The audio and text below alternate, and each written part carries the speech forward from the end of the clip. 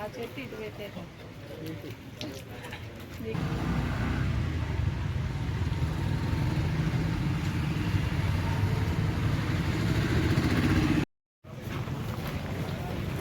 Sir అటే sir sir sir కొంచెం దగ్గర చెప్తారు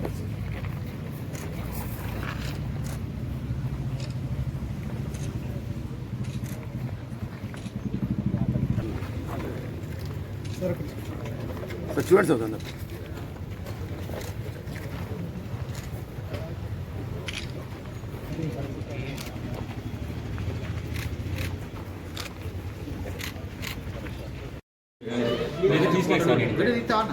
సాగర్ తీసుకెళ్ళి సార్ గెలిపిటిష్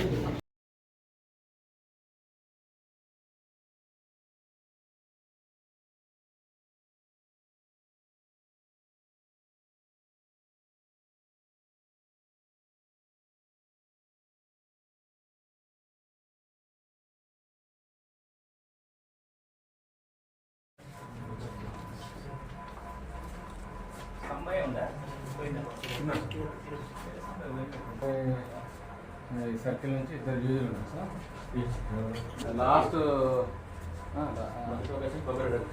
మొన్న ఏసీపీ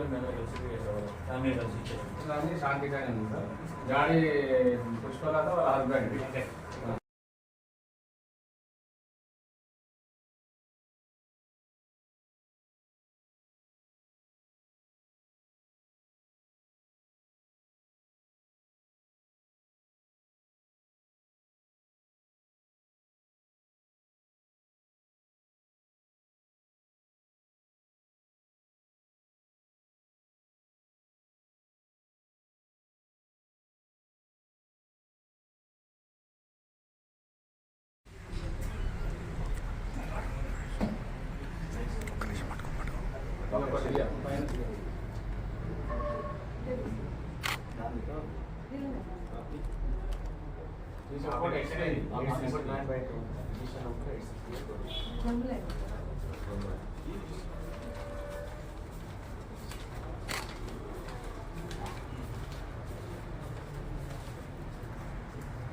పెట్టుకోవాలి కదా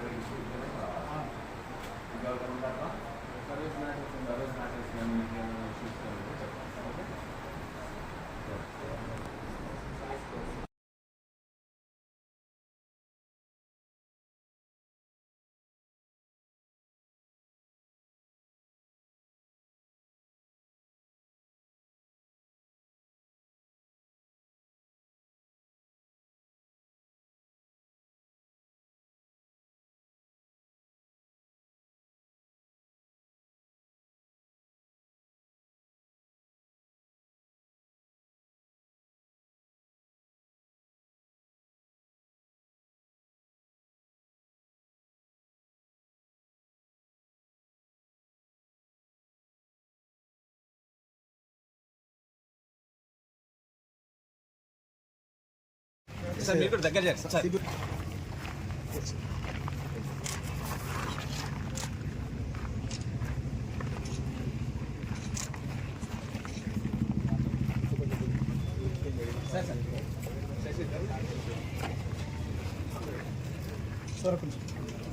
చూడండి సార్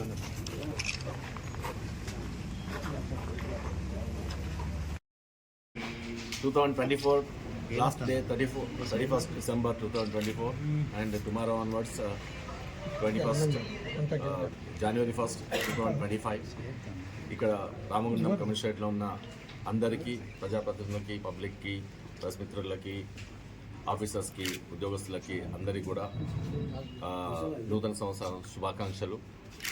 ఈరోజు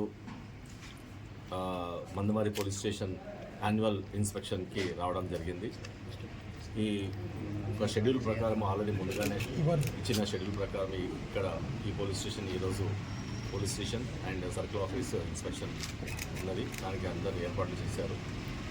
ఇక్కడ ప్రతి సంవత్సరం సిపి గారు తమ పోలీస్ స్టేషన్ పరిధిలో తమ ఏరియాలో ఉన్న పోలీస్ స్టేషన్స్ యొక్క పనితీరుని, తర్వాత రికార్డ్స్ మెయింటెనెన్స్ని, లా అండ్ ఆర్డర్ ఎలా ఉంది, తర్వాత ఏమైనా పెండెన్సీ ఉందా, కోర్ట్ మ్యాటర్స్ ఎలా ఉన్నాయి, తర్వాత కోర్టులో ట్రయల్స్ ఎలా జరుగుతున్నాయి, అక్యూజ్ని ప్రాంప్ట్గా అరెస్ట్ చేస్తున్నారా, అక్యూజ్కి అన్ని రకాల డాక్యుమెంట్స్ ఇస్తున్నారా, తర్వాత కంప్లైంట్స్ వచ్చిన వాళ్ళని రిసెప్షన్ సెంటర్లో ఎలా రిసీవ్ చేసుకున్నారు, అన్నీ క్షుణ్ణంగా పరిశీలించడం జరుగుతుంది.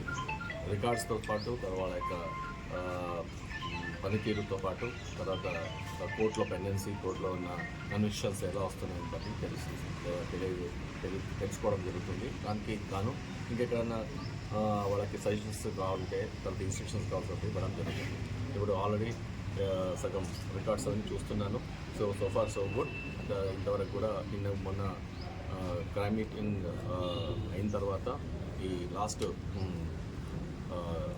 రామగుండం యొక్క యాన్యువల్ ప్రెస్ మీట్ కూడా పెట్టడం జరిగింది. దాంట్లో మీకు తెలుసు ఆల్రెడీ మీకు ఇవ్వడం జరిగింది. చాలా వరకు రామగుండం కమిషనరేట్లో క్రైమ్ 1275 కేసులు తగ్గించడం జరిగింది. ఇఫ్ యూ కంపేర్ టు 2023కి 24కి కంపేర్ చేస్తే క్రైమ్ బాగా తగ్గింది అన్ని హెడ్స్లో.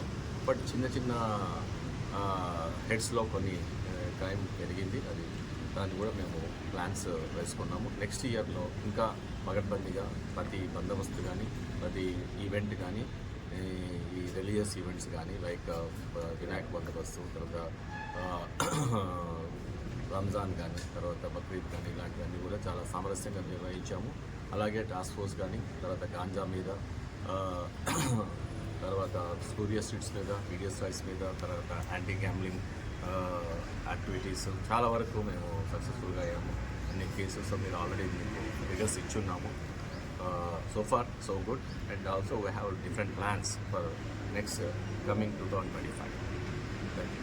నేను రాకన ముందు ఇంతకుముందు అక్కడ ఆంధ్రాలో ఉన్నప్పుడు ఉన్నంత కోల్డ్ బెల్ట్లో ఇక్కడ క్రైమ్ కానీ అక్కడ ఇప్పుడు లేదు. చాలామంది అప్పుడు ఉన్నంత క్రైమ్ ఇప్పుడు లేదు. ఇప్పుడు చూస్తున్నాను, ఫిగర్స్ చూస్తున్నాను. 2023కి 24కి 275 క్రైమ్స్ తగ్గించాం. సో దీన్ని బట్టి ఇక్కడంతా ఇప్పుడు ఒక వేరే దారి దిక్కు వెళ్తున్నారు. ఎట్లా అంతా చదువుకోవాలి, పిల్లల్ని చదివించాలి, మంచి ఉద్యోగాలు చేయించాలి, ఎడ్యుకేషన్లో బాగుండాలి, తర్వాత సామరస్యంగా ఉండాలి అని చెప్పేసి. బట్ ఎవ్రీవేర్ ఈ మధ్య పెరిగిందంటే మన తెలంగాణలో మనము government policy and honourable CM గారి పాలసీ యాంటీ గాంజా అంటే యాంటీ డ్రగ్ క్యాంపెయిన్స్ చాలా జరుగుతుంది. మీరు ఆల్రెడీ మన దగ్గర ఫిగర్స్ ఉన్నాయి. చాలా వరకు ఎక్కడ గాంజా కనబడుతున్నా, వినబడుతున్నా, ఈవెన్ అమ్ముతున్నా, తాగుతున్నా వాళ్ళని ఇమీడియట్గా పట్టుకుంటున్నాము. అండ్ ఈవెన్ దో నెక్స్ట్ ఈ ఇయర్లో ఎవరైతే కంటిన్యూస్గా దాన్ని ఈజీగా తీసుకుంటే మాత్రం వాళ్ళని మొత్తం పీడీ యాక్ట్లో కూడా పెట్టడానికి మేము వెనకాడం. పోలీస్ని ఈ విధంగా థ్రెటన్ చేయడానికి మాత్రం ప్రయత్నిస్తే మాత్రం డెఫినెట్గా దానికి కూడా సెక్షన్స్ ఉన్నాయి. దాన్ని కూడా మేము సీరియస్ యాక్షన్ తీసుకుంటాం. ఈ పోలీస్ని థ్రెటన్ చేయడానికి మొదలెడితే ఇంకా ఎవరు కాపాడుతారు చెప్పండి? మేమే కాపాడడానికి మేము ఉన్నదే పోలీసుని థ్రెటన్ చేయడానికి పోతే ఇట్లాంటివి ఈ చీప్ ట్రిక్స్ ఇవన్నీ చీప్ ట్రిక్స్ని ప్రయత్నించి మేము బాధ బెదిరేది కాదు. మాకు కూడా చట్టాలు ఉన్నాయి, మాకు కూడా రెమెడీస్ ఉన్నాయి, మాకు కూడా కోర్టులు ఉన్నాయి. మేము కూడా చూస్తాము. ఎవరైనా బెదిరించడానికి ట్రై చేస్తే మాత్రం మాకు there are sections and there are acts.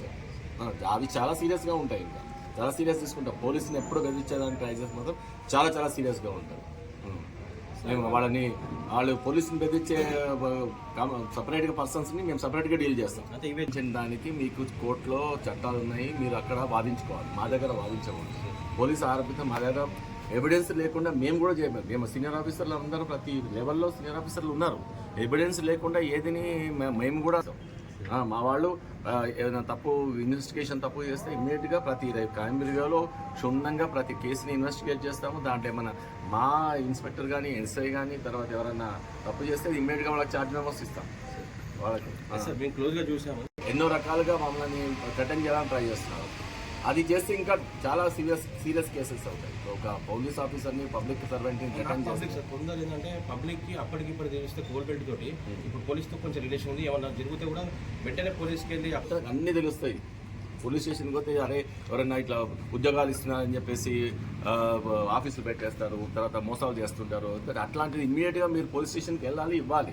ఎందుకంటే ఒక ఆల్రెడీ అది తెలియకపోతే, అది ఇన్ఫర్మేషన్ ఇవ్వకపోతే పోలీసులో మాకు ఇమ్మీడియట్గా మేము రైడ్ చేయలేము. సో ఇన్ఫర్మేషన్ ఇచ్చినందుకో దాంట్లో పూర్వపరాలు తెలుసుకుంటాము, ఇమ్మీడియట్గా వీళ్ళు మోసాలని కాబోయే మోసాలని కూడా మనం అరికట్టడానికి ఛాన్స్ ఉంటుంది.